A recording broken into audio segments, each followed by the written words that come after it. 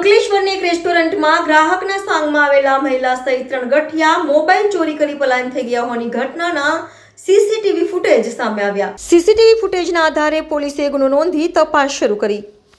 Ankleshwar Valia road પર આવેલી ગુરુકૃપા રેસ્ટોરન્ટમાં 2 દિવસ અગાઉ હોટેલના સર્વિંગ સ્ટાફના 3 જેટલા મોબાઈલ ફોનની ચોરી કરી મહિલા તેમજ અન્ય એક પુરુષ પલાયન થઈ ગયો હતો।